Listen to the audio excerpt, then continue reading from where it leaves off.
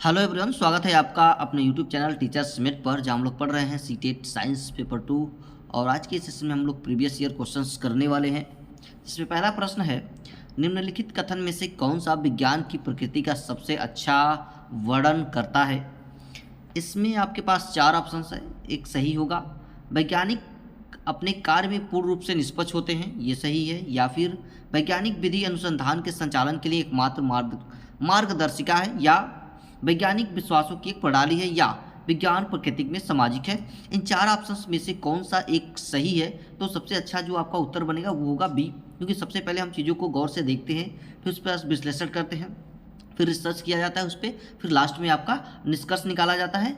ठीक है, for example के लिए अगर लिया जाए तो जैसे न्यूटन साहब जब सेब के पेड़ के नीचे बैठे थे, तो जब सेब गिरा तो उन्होंने बहुत गौर से उसको ध्यान दिया कि आखिर ये सेब नीचे ही क्यों आया, ऊपर क्यों नहीं चला गया। बहुत तो उसका रिसर्च हुआ, खोज हुआ, एनालिसिस किया गया काफ़ी तरीके से, तो लास्ट में निष्कर्ष निकला कि यहाँ पर क्या है कि गुरुत्वाकर्षण बल काम कर रहा है। ये निष्कर्ष निकल करके आया, तो आपका जो सबसे अच्छा उत्तर बनेगा वो आपका बी बनेगा। अगला प्रश्न की ओर चलते हैं, विज्ञान की पाठचर्या में संज्ञात्मक वैधता का अर्थ क्या है। तो इसमें आपके पास चार ऑप्शंस फिर से हैं। तो ऑप्शन नंबर ए में पाठ्य पुस्तक का तुच्छीकरण, विज्ञान के उचित मजेदार तत्वों को शामिल करना, विज्ञान की अवधारणाएं समय के साथ कैसे विकसित होती हैं का समावेश, और शिक्षार्थियों के संज्ञात्मक स्तर के अनुसार सामग्री का समायोजन करना। तो इसका उत्तर जो सबसे अच्छा उत्तर होगा वो आपको डी को चला जाएगा। ये सारे के सारे जो है प्रीवियस ईयर प्रश्न हैं जो पूछे गए हैं कई बार के। ठीक है, तो देखिए इसमें क्या होता है कि इसमें इसका संबंध सूचनाओं और ज्ञान तथा तथ्यों की जानकारी और इसमें विषय वस्तु के मूल्यांकन से होता है। तो ये चला जाएगा आपका डी में उत्तर। अगला क्वेश्चन कह रहा है कि एनसीएफ 2005 के अनुसार उच्च प्राथमिक स्तर के विज्ञापन की पाठचर्या में निम्नलिखित में से कौन सा अनुशंसित है। आपके पास फिर से चार ऑप्शन है। ए में कह रहा है कि अवधारणाओं को रोजमर्रा के अनुभव की समझ बनाने से जोड़ा जाना चाहिए। बी में कह रहा है कि अवधारणाओं तथा गतिविधियों प्रयोगों द्वारा पहुंच जाना चाहिए। अवधारणाओं का विषयक उपागमन द्वारा शिक्षण होना चाहिए, या अवधारणाओं के साथ नियम और सिद्धांतों को पेश करने की आवश्यकता है। आपका उत्तर कौन सा सही होगा। यहाँ नीचे दिया है ए बी और डी सही है, ए बी और डी सही है, या ए और डी सही है, और ए बी सी सही है, या ए और बी सही है। ठीक है, तो आपका जो उत्तर इसमें चला जाएगा वो चला जाएगा ए को, यानी A B D, A B और डी सही है। पहले अवधारणाओं को रोजमर्रा के अनुभव की समझ बनाने से जोड़ देना चाहिए, उसके बाद आप अवधारणाओं तथा गतिविधियों प्रयोगों द्वारा पहुंच जाना चाहिए, उसके बाद अवधारणाओं के साथ नियमों और सिद्धांतों को पेश करने की आवश्यकता है। ये आपका सटीक आंसर होगा। ठीक है, नेक्स्ट चलें चौथे पर। तो निम्नलिखित कथनों को पहचाने जो विज्ञान के बारे में सत्य हैं। जब एक सिद्धांतों को वैज्ञानिक सबूतों के द्वारा अधिक समर्थन मिलता है तो वह नियम बन जाता है, या ये सही है। आने वाले समय में विज्ञान समाज की अधिकांश समस्याओं को हल करने में सक्षम होगा। सी उत्तर कह रहा है कि वैज्ञानिक अपने काम को पूरा करने के लिए कल्पना पर बहुत विश्वास करते हैं। डी कह रहा है कि सभी वैज्ञानिक विचारों को नियंत्रित प्रयोगों द्वारा खोजे और परखा जाता है। तो इसमें से कौन सा उत्तर सही होगा, फटाफट से बताइए। तो इसमें जो आपका बी उत्तर होगा, आने वाले समय में विज्ञान समाज की अधिकांश समस्याओं को हल करने में सक्षम होगा, ये उत्तर आपका सही होगा। बी उत्तर आपका सही होगा, परफेक्ट उत्तर है ये। चलिए अगला चलते हैं। यीशु को एक सप्ताह के लिए मौसम की रिपोर्ट एकत्र करने का एक व्यक्तिगत कार्य दिया गया। नीचे दिए गए आकलन संकेतकों से पहचानने की यीशु कहाँ गलत हो गई है। वह निष्कर्ष निकालती कि आर्द्रता में कमी से वर्षा की संभावना बढ़ जाती है।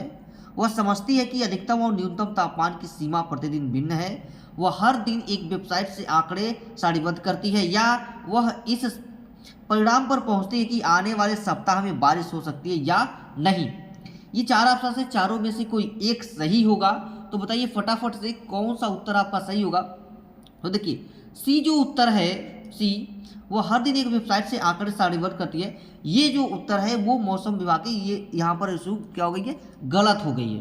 क्योंकि देखिए यहाँ पर क्योंकि उसे एक सप्ताह के मौसम की रिपोर्ट व्यक्तिगत रूप से तैयार करनी थी, जिसके आधार पर वो बारिश की संभावना का सही आकलन कर सकती है। लेकिन यहाँ पर उसने क्या किया कि वेबसाइट से आंकड़े जुटा, इस टाइम तो वेबसाइट से जब आंकड़े आते हैं तो आज कहा जाता है बारिश होगी तो पता चलता है उस दिन धूप हो जाता है। आज कहा जाता है कि आज धूप होगी तो पता चलता है उसकी बद्दी छाए रहती है, तो पता नहीं चल पाता। तो इस वजह से यहाँ जो उत्तर आपका जो है वो सी सही होगा। चलिए आगे बढ़ते हैं। निम्नलिखित में से क्या शिक्षार्थियों में संकल्पना कमी को समझने के लिए एक उपयोगी रणनीति है? 4 ऑप्शन फिर से है आपके पास। अवधारणा मानचित्र का उपयोग करना, नियमित गृह कार्य देना, प्रश्नोत्तरी सत्रों का आयोजन करना या परिगात्मक कौशलों का अवलोकन करना। 4 ऑप्शन में से कोई एक सही होगा, तो फटाफट से बताइए कौन सा सही होगा। देखिए तो यहाँ जो ए उत्तर है आपका, अवधारणा मानचित्र का उपयोग करना, ये बिल्कुल सही है, क्योंकि यहाँ पर शिक्षार्थियों में संकल्पनात्मक कमी को समझने के लिए एक सबसे रणनीति ये जो है बेहतर है, क्योंकि यहाँ पर मानचित्र को हम ग्राफ या चार्ट या दृश्यात्मक तरीके से समझने में हमें बेहतर मिलता है परिणाम। क्योंकि देखिए अगर हम वैसे पढ़ करके समझते हैं तो थोड़ा कम समझ में आता है, लेकिन अगर वही हमें चित्रात्मक तरह से पढ़ते हैं, या देखिए जैसे कि एग्जाम्पल के तौर पर अगर लिया जाए मूवी वगैरह जब देखते हैं हम, तो हमें वो हर चीज़ बेहतर तरीके से लाइन बाय लाइन स्टोरी एक एक पॉइंट वो लर्न हो जाती है। लेकिन जैसे हम जब हम पढ़ते हैं तो वो चीज़ भूलने की क्रम में चला जाता है और वो भूलना शुरू कर देता है। लेकिन वहीं अगर हम चित्रात्मक तरीके से कोई चित्र देख लेते हैं तो वो हमें उस चीज़ को समझने में देर नहीं लगती है, बहुत तेज़ी से वो लर्न होना शुरू हो जाता है और बहुत तेज़ी से वो याद रह जाता है, कई दिनों तक वो लर्न भी रह जाता है, शायद आजीवन वो लर्न होता है। लेकिन जो पढ़ते हैं वो हमें भूल जाता है जल्दी से। तो यहाँ पर जो आपका उत्तर ए है, अवधारणा मानचित्र का उपयोग करना बेहतर होगा, तो ये उत्तर आपका सही होगा। अगला जो प्रश्न कह रहा है कि विज्ञान को पढ़ने के लिए एक और अधिक लड़कियों को प्रोत्साहित करने के लिए आप निम्न सभी प्रकारों को अपना सकते हैं, सिर्फ एक को छोड़कर। अब क्या छोड़ेंगे आप? आपके पास फिर से 4 ऑप्शन है। कक्षा में महिला वैज्ञानिक को आमंत्रित करें, या फिर विज्ञान के बारे में मिथकों और रूढ़ियों की जांच में शिक्षार्थियों को जोड़ें, या लैंगिक रूप से संवेदनशील भाषा का उपयोग करें और अपने शिक्षार्थियों को ऐसा करने के लिए प्रोत्साहित करें, या फिर ध्यान रखें कि विज्ञान की कक्षा में लड़कियां हमेशा हावी रहें। तो फटाफट से बताइए कौन सा सही होगा। तो आपका जो उत्तर चला जाएगा इसमें, वो चला जाएगा डी को। देखिए बेहतर आंसर जो है डी को, क्योंकि विज्ञान शिक्षक को और अधिक अपसारी प्रश्न को पूछने चाहिए, क्योंकि यह गहन सोच को प्रोत्साहित और विकसित करता है। यह शिक्षार्थियों के सोचने की युक्तियों को विकसित करता है। यह शिक्षार्थियों के सृजनात्मक व्यवहार के आकलन में भी सहायता करता है। तो आपका जो उत्तर चला जाएगा वो डी को चला जाएगा। ये ध्यान रखें, विज्ञान की कक्षा में लड़कियां हमेशा हावी रहें, तब जाके वो उन्हें बेहतर तरीके से समझ में आएगा। अगला क्वेश्चन कह रहा है कि विज्ञान शिक्षकों को और अपसारी प्रश्न पूछने चाहिए, क्योंकि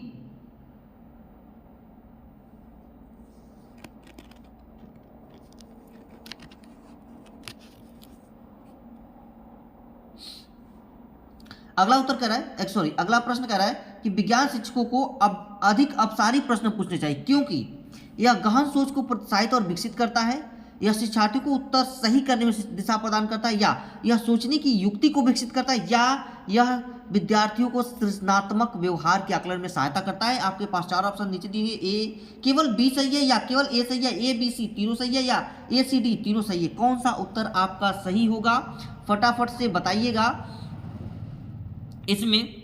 तो यहाँ जो उत्तर आपका होगा, देखिए डी सही होगा, डी यानी कि ए सी डी। देखिए ए यह गहन सोच को प्रोत्साहित करता है, ए हो गया आपका। इसमें सी यह सोचने की युक्ति को विकसित करता है, और डी जो है शिक्षार्थियों को सृजनात्मक व्यवहार के आकलन में सहायता करता है। तो ये चीजें आपकी सही है बिल्कुल, ठीक है। तो चलिए अगला प्रश्न की ओर चलते हैं। कक्षा में प्रदर्शनों का उपयोग मुख्य रूप से शिक्षार्थियों को शामिल करता है। दृश्य, श्रवण और गतिबोधक सीखना, श्रवण और गतिबोधक सीखना, दृश्य और श्रवण सीखना, या केवल दृश्य सीखना। तो ये इसमें से कौन सा उत्तर आपका सही होगा? तो देखिए यहाँ पर देखिए, तो कक्षा में प्रदर्शनों का उपयोग मुख्य रूप से शिक्षार्थियों को दृश्य व श्रवण द्वारा सीखने का अवसर प्रदान करता है। मैंने कहा कि दृश्य और श्रवण द्वारा सीखने को, ठीक है ना। देखिए यह शिक्षार्थियों की सोचने की युक्ति को विकसित करता है, और इस विधि में शिक्षार्थी मूक श्रोता बनकर ही नहीं बल्कि उन्हें सक्रिय रूप से भाग लेने का पर्याप्त अवसर भी प्राप्त होता है। अच्छा, अगला क्वेश्चन कह रहा है 9वां कि कक्षा में प्रदर्शनों का उपयोग मुख्य रूप से शिक्षार्थियों को शामिल करता है दृश्य, श्रवण और गतिबोधक सीखना, या श्रवण और गतिबोधक सीखना, या दृश्य और श्रवण सीखना, या केवल दृश्य सीखना। इनमें से कौन सा उत्तर सही होगा? तो इनमें से जो उत्तर आपका है सी सही होगा, दृश्य और श्रवण सीखना। क्योंकि देखिए इसमें जो है, इस विधि में शिक्षार्थी जो है मूक का मतलब होता है न बोलने वाला, तो मूक श्रोता बनकर ही नहीं रहते, बल्कि उन्हें सक्रिय रूप से भाग लेने का एक अवसर उनको मिल जाता है। चलिए आगे बढ़ते हैं। 10वां, घनत्व की अवधारणा के शिक्षण के लिए जांच उपागमन का उपयोग करके अपनी विज्ञान कक्षा के लिए नियोजन का क्रम दें। क्या क्रम देंगे आप? शिक्षार्थियों को तैरने और डूबने वाली वस्तुओं के बीच संबंध निर्धारित करने का अवसर दें, या शिक्षार्थियों को विभिन्न वस्तुओं के साथ टब में पानी के साथ खेलने का अवसर दें, या शिक्षार्थियों को एक छोटी नाव डिजाइन करने के लिए कहें जब 1 किलोग्राम वजन ले जा सके। तो इसमें से आपका कौन सा उत्तर सही होगा? ये फटाफट बताइए, कौन सा उत्तर सही होगा? तो उत्तर जो है आपका देखिए यहाँ पर दे रखा है डी, CBA। शिक्षार्थियों को एक छोटी नाव डिजाइन करने के लिए कहें जब 1 किलोग्राम वजन ले जा सकें। उसके बाद शिक्षार्थियों को विभिन्न वस्तुओं के टब में पानी के साथ खेलने का अवसर भी दें उनको। फिर आप उनको शिक्षार्थियों को तैरने और डूबने वाली वस्तुओं के बीच में संबंध निर्धारित करने का भी अवसर दें। यानी आपका जो बेहतर उत्तर है वो आपका डी सही है। चलिए आगे बढ़ते हैं। 11 नंबर प्रश्न कह रहा है कि वाई कोई एक ऐसा पौधा है जिसमें क्लोरोफिल नहीं होता है। वाई क्या हो सकता है? वाई क्या हो सकता है? देखिए तो यहाँ पर एक उत्तर आपके पास दिख रहा है कसकुटा। ठीक है, इसमें 4 ऑप्शन है, चारों में से आपका जो कसकुटा है, ये कसकुटा बेहतर उत्तर है, क्योंकि कसकुटा यानी जिसको हम अमरबेल के नाम से जानते हैं, अमरबेल, इसमें क्लोरोफिल नहीं होता है। यह एक पीले पतले दुर्बल तने युक्त पूर्ण स्तंभ परजीवी पौधा है जो कि अपना जो भोजन है दूसरे जीवित पौधे या जंतुओं से प्राप्त कर लेता है। ठीक है, इसमें क्लोरोफिल नहीं होता है। चलिए अगला क्वेश्चन है कि नीचे दिया गया कौन सा कथन सही है? वृद्धांत में भोजन परिपाचन होता है, या वृद्धांत में अंगुली के समान उभरी हुई संरचना होती है जिन्हें दीर्घरोम कहते हैं। वृद्धांत क्षुद्रांत अपेक्षा चौड़ी तथा छोटी होती है। वृद्धांत में परिपचित भोजन का अवशोषण होता है। 12 नंबर का उत्तर है। इसमें कौन सा सही होगा? तो आपका जो सी है, सी उत्तर ये बेहतर है।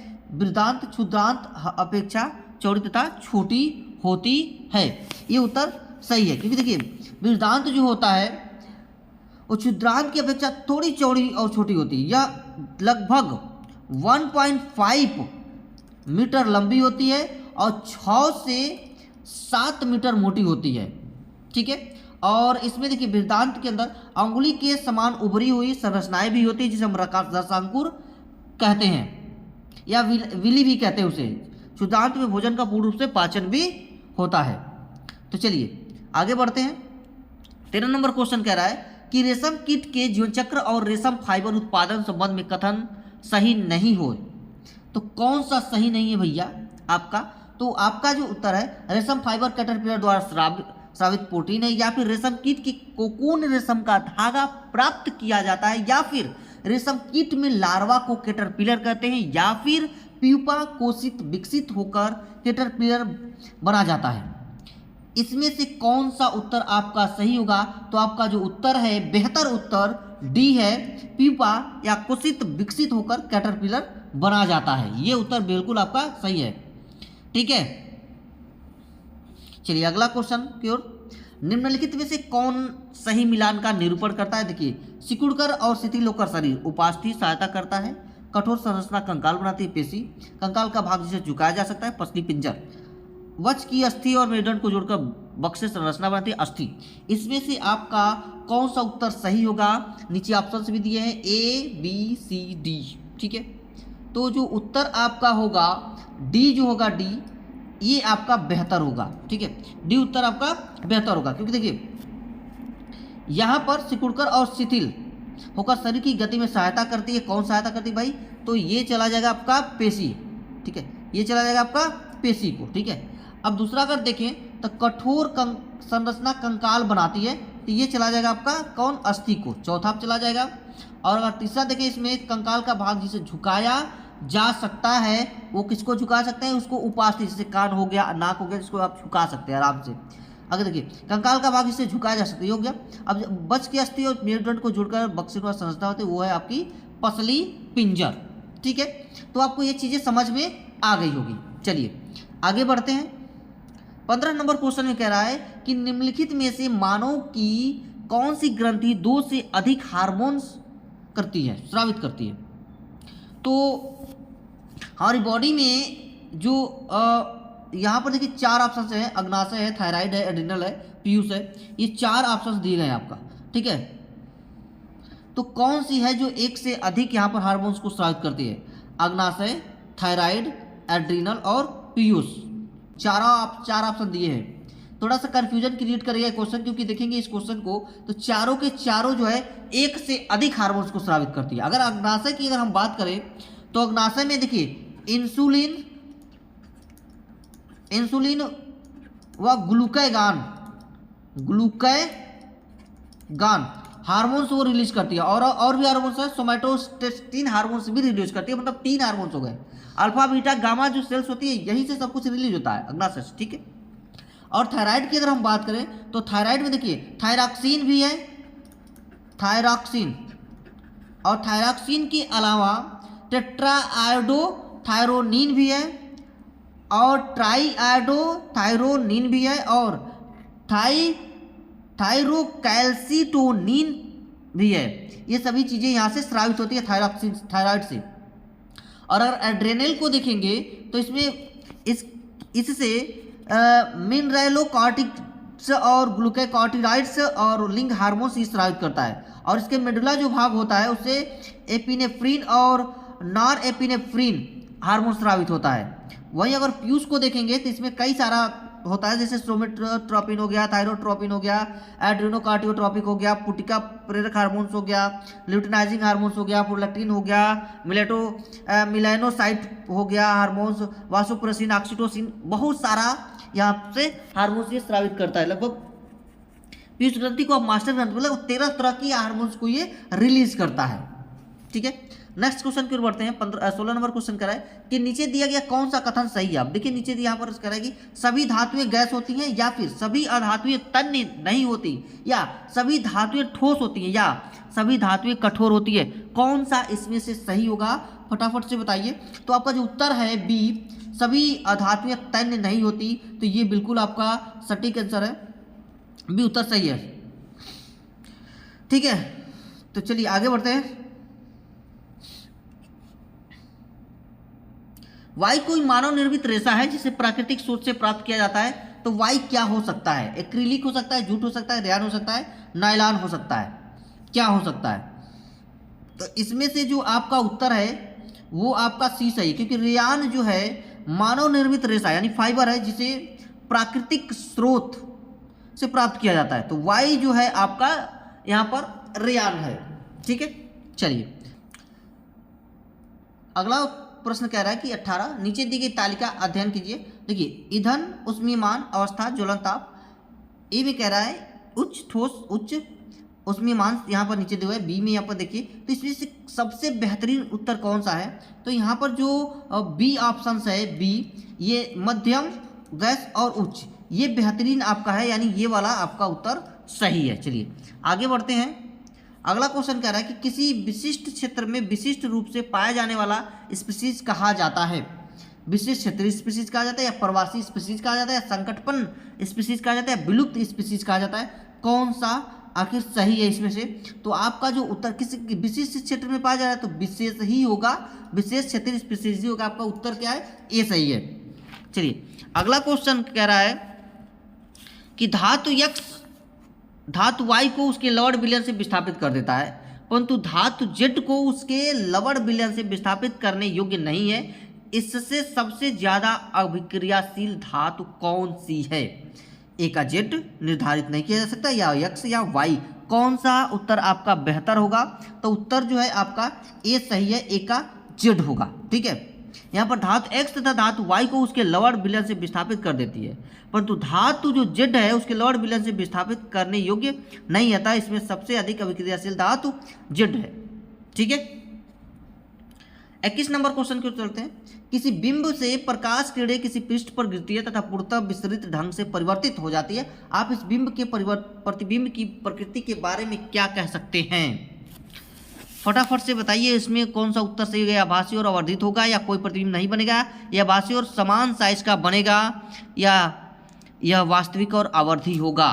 तो इसमें जो आपका बेहतरीन उत्तर है चला जाएगा बी को चला जाएगा, कोई प्रतिबिंब नहीं बनेगा इसमें। ठीक है, ये ध्यान रखिए, कोई प्रतिबिंब नहीं बनेगा, क्योंकि इस स्थिति में कोई प्रतिबिंब नहीं बनेगा। क्यों नहीं बनेगा? क्योंकि विसरित परावर्तन के प्रकाश की किरणें अनियमित रूप से परावर्तित होती हैं, जिसके कारण प्रकाश की किरण एक दूसरे को आभासी रूप से प्रतिच्छेद भी नहीं करती है, जिसकी वजह से यहाँ पर कोई प्रतिबिंब नहीं बन पाता है। नेक्स्ट क्वेश्चन कह रहा है कि आप अपने कमरे में फर्श पर रखे किसी विशाल बॉक्स को सरकाने के लिए रेशमा को निम्नलिखित बलों से किसमें अधिक बल लगाना चाहिए?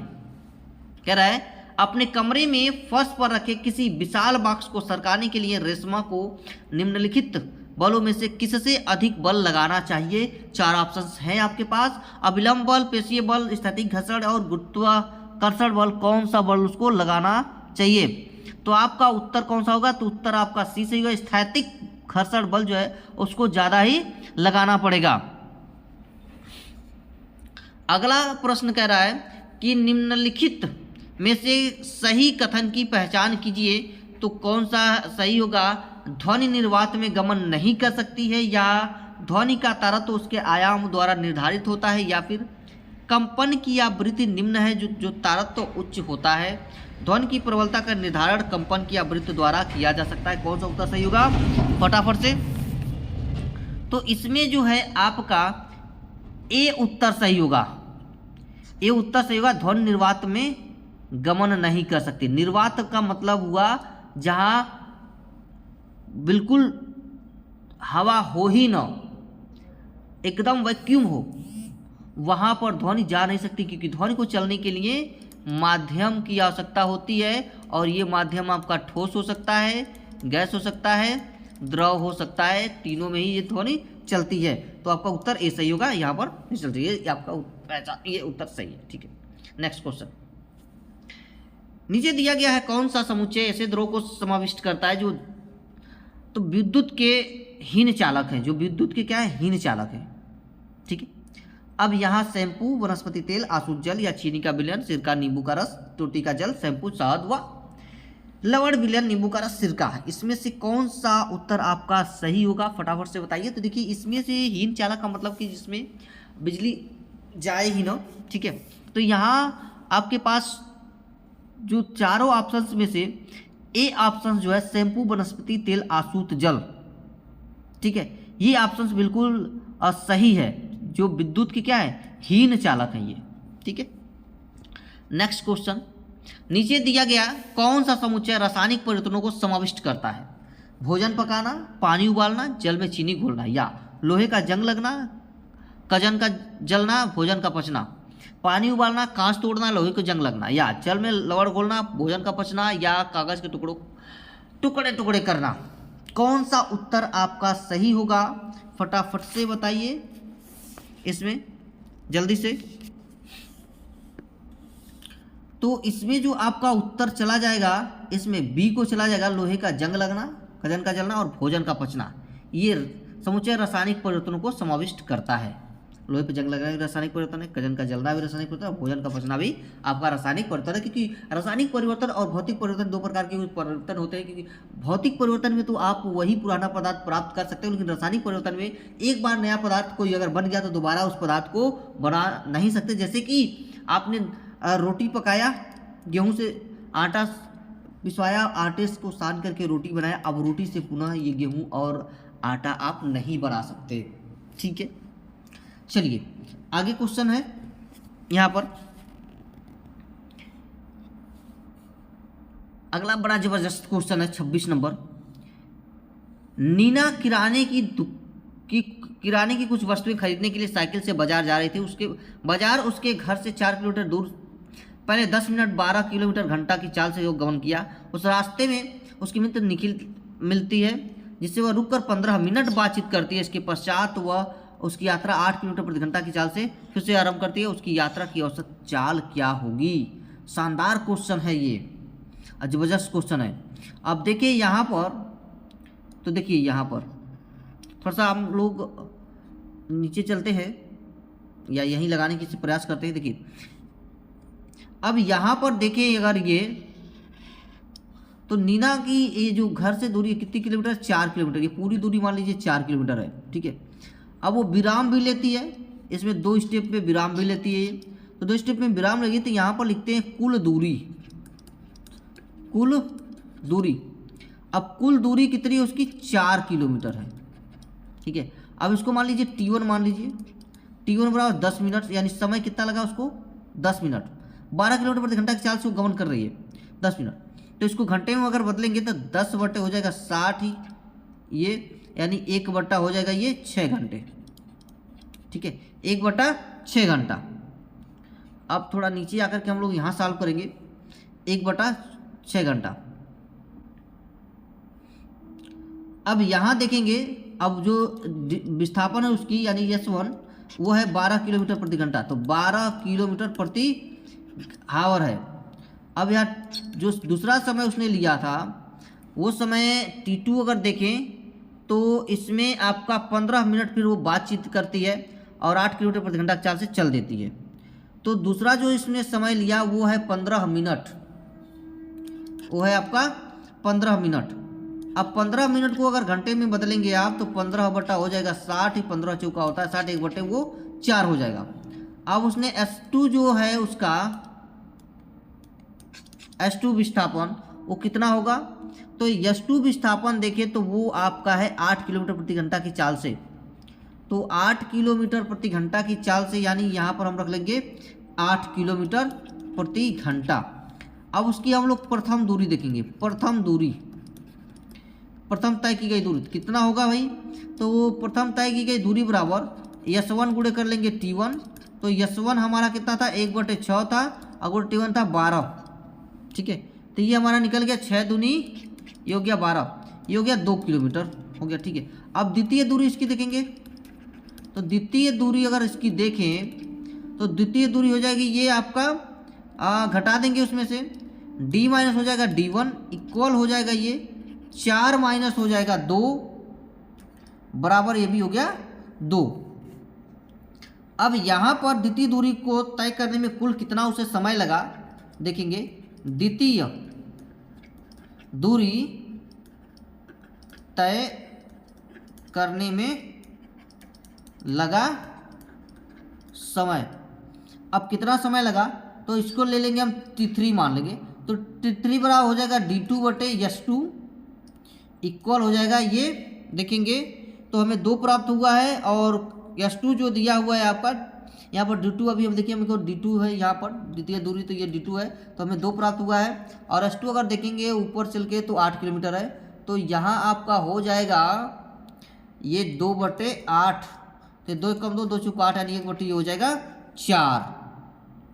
अब सबको क्या कर देंगे, देंगे हम आपस में जोड़, तो ये हो जाएगा कुल दूरी, सॉरी कुल समय इसका कितना लगा, कुल समय तो T1 plus T2 plus T3 add कर देंगे, तो T1 T2 और T3 हमारे पास कितना निकला है, एक निकला 1 बटे 4, एक निकला हमारा ऊपर थोड़ा है फिर से 1 बटे 4 यहाँ पर निकला है, थोड़ा और ऊपर चलेंगे इसमें भी 1 बटे 6 प्लस 1 बटे 4 प्लस 1 बटे 4, तीनों को कर देंगे हम ऐड, तो 1 बटे 6 प्लस 1 बटे 4 प्लस 1 बटे 4 कर लेंगे, तो ये इसको सॉल्व करेंगे आप, तो इसका एलसीएम लेंगे तो आपका ये हो जाएगा आपका 1 बटे 6 प्लस हो जाएगा 2 बटे 4।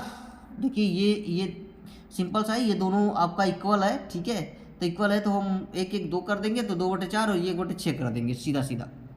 अब इन दोनों को कर लेंगे, दोनों का एलसीएम करेंगे, ठीक है, तो दोनों का एलसीएम करेंगे तो ये आपका हो जाएगा 4 बटे 6 इक्वल टू 2 दूनी 4 2 तिया हो जाएगा ये 6, तो यानी ये हो जाएगा 2 बट्टा 3, 2 बट्टा 3 हो जाएगा। अब ये 2 बट्टा 3 हो गया, तब इसकी हमको औसत चाल अगर देखें औसत यहाँ पर चाल, तो औसत चाल बराबर होता है कुल दूरी बटे यहाँ पर समय। तो कुल दूरी कितनी है उसकी, तो कुल दूरी उसकी 4 थी, तो यहाँ पर 4 गुणे हो जाएगा 3 और नीचे के बटे हो जाएगा ये 2, तो 2 दूनी होता है 4, 2 तिया 6, यानी कि हो जाएगा 6। आपको मिला 6 किलोमीटर प्रति घंटा। चलिए ऊपर बड़ा लंबा क्वेश्चन गया हमारा, तो इसमें आ जाएगा आपका 6 किलोमीटर प्रति घंटा उत्तर बनेगा। चलिए 27 नंबर पे चलते हैं। लवण और जल के मिश्रण को पृथक करने में की प्रक्रिया में निम्नलिखित में से कौन सा सहायक नहीं होता है। आसवन, उबालना या निस्तारण या निस्यंदन, कौन सा उत्तर सही है, तो आपका डी सही है उत्तर। चलिए नेक्स्ट क्वेश्चन। नीचे दी गई प्रकाश के कौन से गुणधर्मों का उपयोग करके छाया बनने की परिघटना की व्याख्या के लिए किया जा सकता है। प्रकाश सरल रेखा में गमन करता है, या प्रकाश सरल रेखा में गति करता है, या प्रकाश उच्च चाल से गमन करता है, या प्रकाश 7 वर्णों से मिलकर बड़ा होता है, या प्रकाश अपारदर्शी वस्तुओं से नहीं गुजरता। कौन सा उत्तर सही है आपका, तो आपका जो उत्तर है आपका जो उत्तर है बी, ये बिल्कुल परफेक्ट है। प्रकाश सरल रेखा में गति करता है, ये आपका उत्तर सही है। ठीक है, तो आज के लिए इतना ही। मुझे उम्मीद है कि ये चीज़ें आपको समझ में आ गई होंगी। सभी क्वेश्चंस काफ़ी इंपॉर्टेंट थे। तो चलिए आज के लिए इतना ही, मिलते फिर हम लोग नेक्स्ट वीडियो में।